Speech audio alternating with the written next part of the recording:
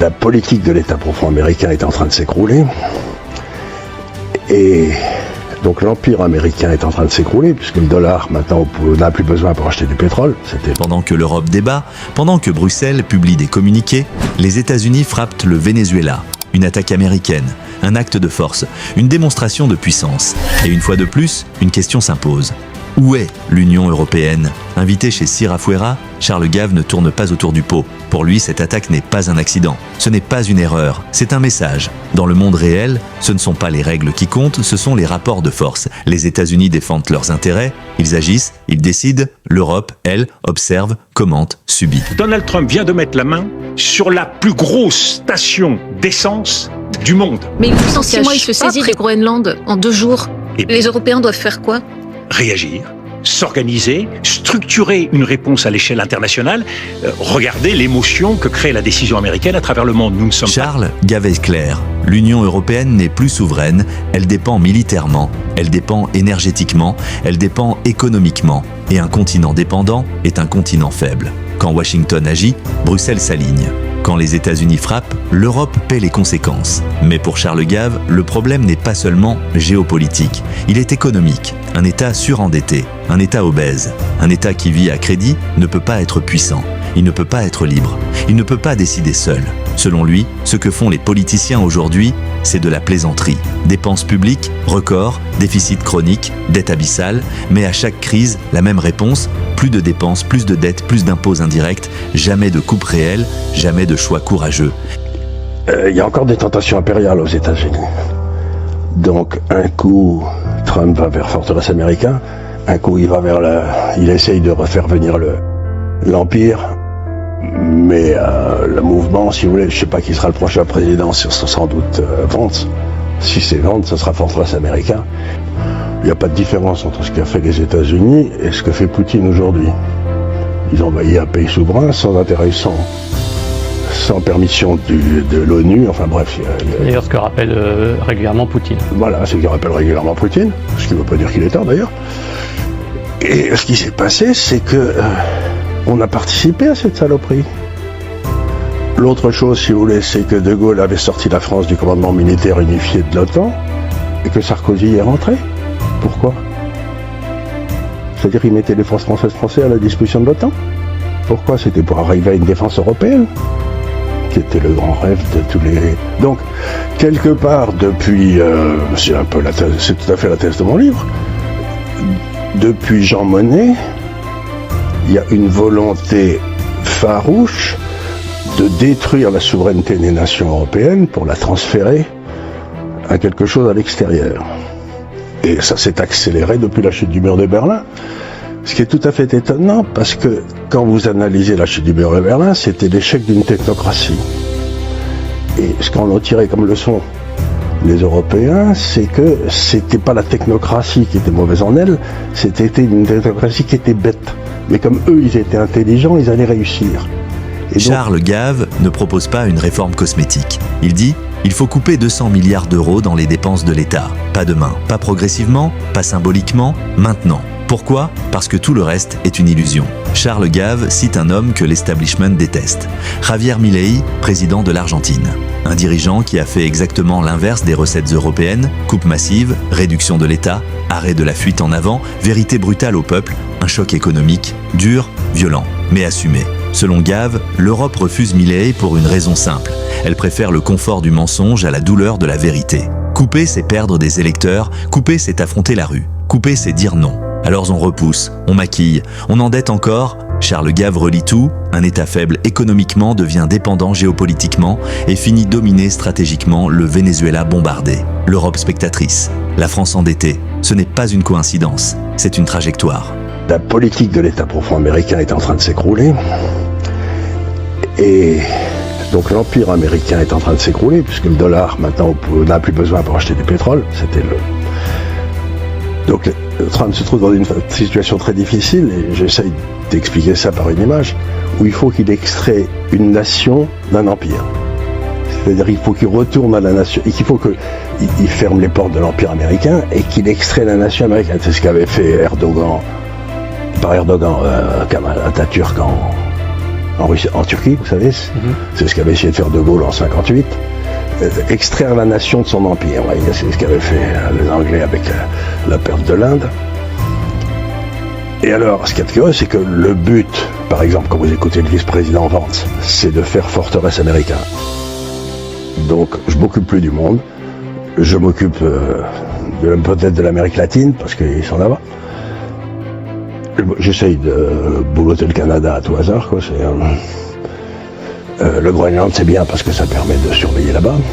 Donc, vous voyez très bien l'image de la forteresse américaine. Mais il y a encore des tentations impériales aux États-Unis. Donc, un coup, Trump va vers forteresse américaine. Un coup, il essaye de refaire venir l'Empire. Mais le mouvement, si vous voulez, je ne sais pas qui sera le prochain président, c'est sans doute Vance. Si c'est Vance, ce sera forteresse américaine. Il n'y a pas de différence entre ce qu'a fait les États-Unis et ce que fait Poutine aujourd'hui. Ils ont envahi un pays souverain sans intérêt, sans permission de l'ONU, enfin bref. D'ailleurs, ce que rappelle régulièrement Poutine. Voilà, c'est ce que rappelle régulièrement Poutine, ce qui ne veut pas dire qu'il est tort d'ailleurs. Et ce qui s'est passé, c'est que on a participé à cette saloperie. L'autre chose, si vous voulez, c'est que De Gaulle avait sorti la France du commandement militaire unifié de l'OTAN et que Sarkozy est rentré. Pourquoi? C'est-à-dire qu'il mettait les forces français à la disposition de l'OTAN. Pourquoi? C'était pour arriver à une défense européenne, qui était le grand rêve de tous les... Donc, quelque part, depuis... c'est tout à fait la thèse de mon livre. Depuis Jean Monnet, il y a une volonté farouche de détruire la souveraineté des nations européennes pour la transférer à quelque chose à l'extérieur. Et ça s'est accéléré depuis la chute du mur de Berlin. Ce qui est tout à fait étonnant, parce que quand vous analysez la chute du mur de Berlin, c'était l'échec d'une technocratie. Et ce qu'on a tiré comme leçon, les Européens, c'est que c'était pas la technocratie qui était mauvaise en elle, c'était une technocratie qui était bête. Mais comme eux, ils étaient intelligents, ils allaient réussir. Et donc, ils nous ont fait monter un régime technocratique en Europe que tout le monde voit, avec Mme von der Leyen, qui touche des grosses commissions sur des trucs et personne ne peut être au courant, qui est corrompu, qui est inefficace, contre lesquels les peuples se révoltent. Et ça s'est passé comme une lettre à la poste. Les Français votent contre la Constitution européenne, et M. Sarkozy fait passer ça sous forme de traité, avec la quasi-totalité du personnel politique qui l'accepte, alors que c'était une forfaiture. Les Français avaient dit non. Le Congrès n'avait plus rien à dire. Le Congrès, c'est si les Français ne s'étaient pas prononcés. En fait, ils se sont prononcés. Donc, logiquement, ça s'appelle une forfaiture et M. Sarkozy devrait être en prison. Et justement, cette organisation, je ne sais pas trop comment l'appeler. C'est une communauté d'intérêt. Communauté d'intérêt. Est-ce que c'est pas tout simplement une communauté d'intérêt, c'est une formalisation de l'hégémonie culturelle américaine? Vous parliez de Nicolas Sarkozy par rapport à l'OTAN. Plus qu'une défense européenne, j'ai surtout le sentiment que Nicolas Sarkozy avait une fascination pour les États-Unis et souhaitait rentrer dans le giron des Américains. Oui, mais c'est possible, parce que le but, c'est d'arriver à un gouvernement mondial. Alors ça se passe, c'est ce que j'essaie d'expliquer dans mon livre. Vous savez ce que disait Jean-Paul II, qui était un grand homme, pour lequel j'ai une admiration profonde. Ce que disait Jean-Paul II, c'est qu'une démocratie ne peut pas exister en dehors d'une nation. Parce que dans une nation, vous acceptez de perdre aux élections. Je veux dire, bon, vous avez perdu, de la fin d'après, je gagnerai. Bon, c'est bien. Dans un machin comme l'Europe, moi je suis d'une famille alsacienne, je n'accepterai jamais que les Allemands dominent. Et donc l'Europe ne peut pas réussir parce qu'il ne peut pas y avoir de loi de la majorité. Parce qu'en France, si vous voulez, bon, les Corses sont peut-être pas contents, si je sais pas qui a été élu en France qui n'aime pas les Corses, mais ils sont français, il y a tous les problèmes. Tandis que là, on a un vrai problème, c'est qu'on force à vivre ensemble, avec les mêmes lois, des gens qui n'ont pas du tout envie de vivre ensemble. Ils s'aiment bien, ils vont passer des vacances là-bas, mais un Français n'est pas un Allemand n'est pas un Italien, et chacun a ses caractéristiques. Et ce qui faisait la force de l'Europe depuis des siècles, c'était son extraordinaire diversité sur un tout petit espace. Donc les Italiens essayaient quelque chose, ça marchait, on prenait partout. Et donc, cette espèce de diversité, on a essayé de la transformer en une uniformité. Le grand mérite de l'Église catholique, depuis toujours, c'est d'avoir pratiqué la subsidiarité, c'est-à-dire ce qui est traitable au niveau de la paroisse, c'est traité au niveau de la paroisse, puis on monte à l'évêché, puis on monte au cardinal, et puis si ça va très mal, on va jusqu'à Rome. Donc c'est la subsidiarité, si vous voulez, tout part de la base. La Constitution suisse part toujours des votes des gens. Toutes les décisions sont prises à partir du vote des gens. Nous, c'est 3 crétins là-haut qui décident qu'il faut faire une monnaie commune. Ça amène à un désastre prodigieux, mais il leur arrive rien. Hein. Il y a une non-responsabilisation des élites en France qui est extraordinaire. Regardez par exemple EDF, qui a à peu près, sans doute l'un des plus importants parcs de réacteurs nucléaires dans le monde, etc., qui sont amortis. Ces corneaux ont réussi à faire perdre 23 milliards d'euros à EDF. 23 milliards d'euros, et on cherche 40 milliards. Donc la question essentielle, c'est pas combien gagne M. Arnault, c'est mais qui sont les corneaux qui ont réussi à faire perdre 23 milliards d'euros alors qu'elle produit l'électricité la moins chère du monde, et que les prix de l'électricité ont beaucoup augmenté. Vous voyez ce que je veux dire, c'est que vous avez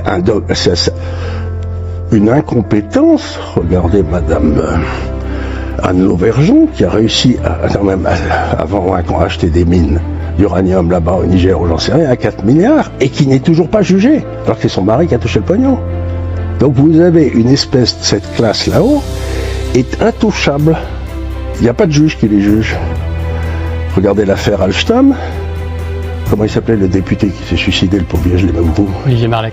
Olivier Marleix a donné, pour montrant toutes les preuves de la corruption, à un juge d'instruction. C'est toujours pas instruit. Donc vous avez un véritable problème, vous avez une classe là-haut qui n'est responsable devant personne, qui s'en met plein les fouilles et à qui il n'arrive jamais rien.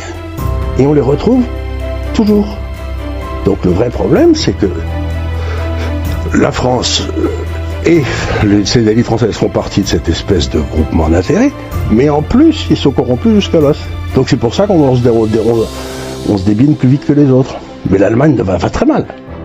L'Allemagne est en train de rentrer dans un processus de désindustrialisation accélérée. Ils sont comme des fous d'ailleurs. Tout ça parce que il faut pas discuter avec les Russes et quand les Américains ont fait sauter le pipeline. Donc et ce groupe a les mêmes intérêts, c'est-à-dire qu'ils ont fait les mêmes écoles, ils lisent le Financial Times en même temps, ils passent leurs vacances au même endroit, ils ont été dans les mêmes universités, ils se marient entre eux.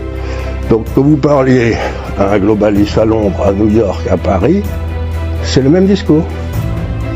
Ils refusent fondamentalement l'idée de nation. Principe corrompu. Le peuple n'a plus rien à dire. Le peuple, d'ailleurs, il n'y avait jamais de référendum. Maintenant, depuis qu'ils ont voté, c'est fini. Alors que ça faisait partie quand même de la... Ça fait 2 ans qu'Emmanuel Macron nous promet un référendum qui n'arrive jamais. Oui, il nous promet un référendum. Mais le premier référendum qu'il faudrait faire, c'est donner le droit au peuple français de demander des référendums. Un référendum d'initiative populaire, par exemple. Ça, ce serait une réforme fondamentale. Parce qu'aujourd'hui, avec la constitution de la 5e, qui est une saloperie, l'exécutif a prééminence sur le législatif. C'est lui qui fixe l'ordre du jour du législatif. Et l'exécutif, c'est lui qui fait la carrière des magistrats. On va dire la séparation des pouvoirs, vous rigolez, quoi. Ça donne des armes de s'exprimer, vous voyez ce que je veux dire. Ce qui veut dire qu'on se trouve dans un monde extraordinairement compliqué, où ces gars sont de moins en moins légitimes et de plus en plus légaux. Ils disent on est un état de droit. Mais pas du tout. Aujourd'hui, vous êtes dans un droit de l'État. C'est-à-dire vous avez pris le contrôle de l'État et vous faites des lois pour essayer de garder ce pouvoir. Mais vous êtes complètement illégitime. Et quand vous avez une contradiction entre la légitimité et la légalité, en général, vous avez des révolutions. Et est-ce qu'on peut dire que cette mondialisation, justement, détruit à petit feu la nation, ou au contraire, la nation va lui survivre? La nation va lui survivre. On a bien vu ça au moment où le mur de Berlin est tombé. On a vu ressurgir l'Estonie, la Lituanie, surtout ces gars-là. Donc il n'y a aucun problème. Mais il faut d'abord se débarrasser de ces gars-là. Et de tous les appendices qu'ils ont créés, si vous voulez. On n'a pas besoin d'un parlement à Bruxelles. Je veux dire, un parlement européen, ça ne peut pas exister. Puisque le peuple est souverain. Le peuple français est souverain. Mais il peut pas déléguer sa souveraineté. Donc un Parlement européen, c'est inutile. Il ne peut pas y avoir un Parlement français et un Parlement européen. Parce qu'il y en a un des deux. Or, aujourd'hui, c'est le Parlement européen qui l'emporte sur le Parlement français. Donc, oui, on va devoir détruire tout ce qu'a fait Delors. Tout ça, ça a commencé avec Delors et Trichet, qui ont systématiquement cherché à détruire la nation française. Le cœur, en isolant les gens.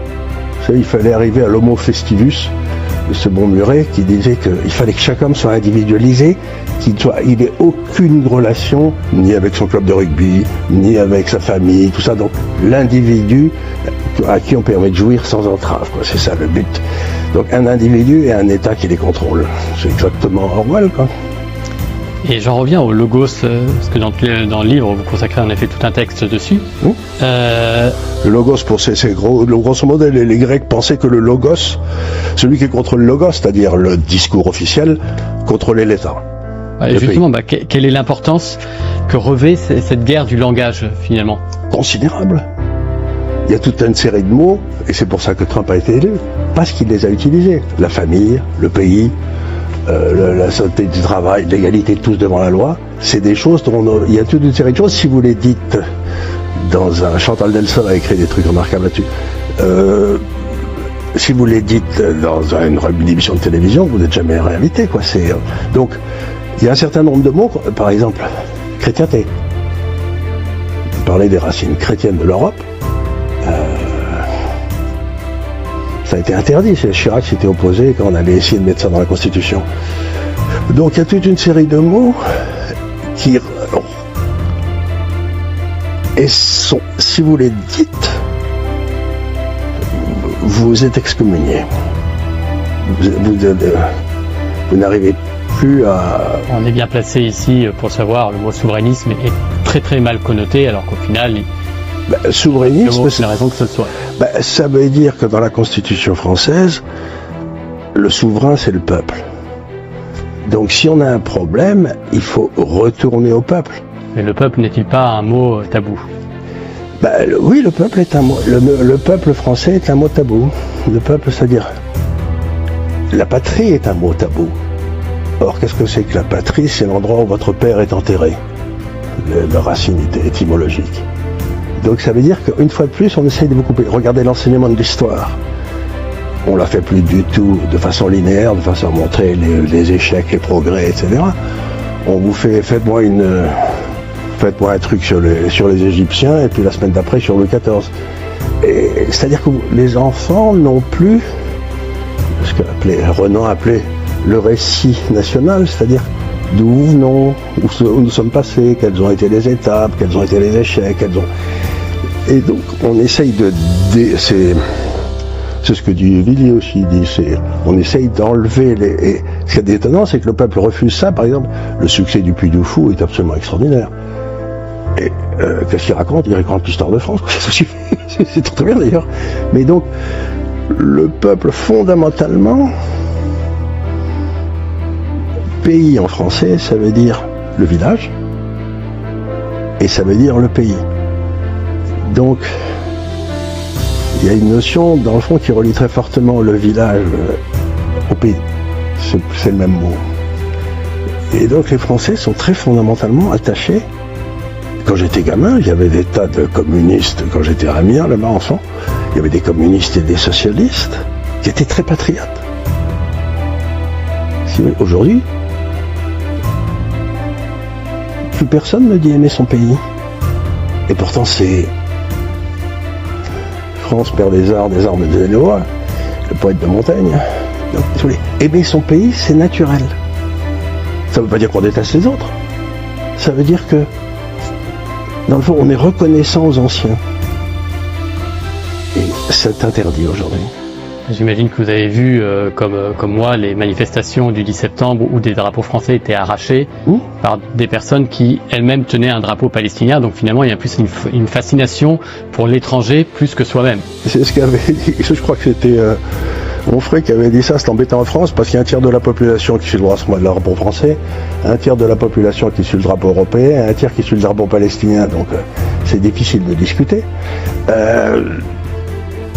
Oui. C'est-à-dire que où tous les drapeaux sont interdits sauf le drapeau français, parce qu'il ne peut pas être interdit, celui-là, c'est le symbole. Charles, Gave ne promet pas le confort. Il ne promet pas la paix sociale immédiate. Il dit simplement, soit on coupe nous-mêmes, soit la réalité coupera pour nous 200 milliards aujourd'hui ou l'effondrement demain. La vraie question n'est plus, est-ce trop radical? Mais avons-nous encore le choix?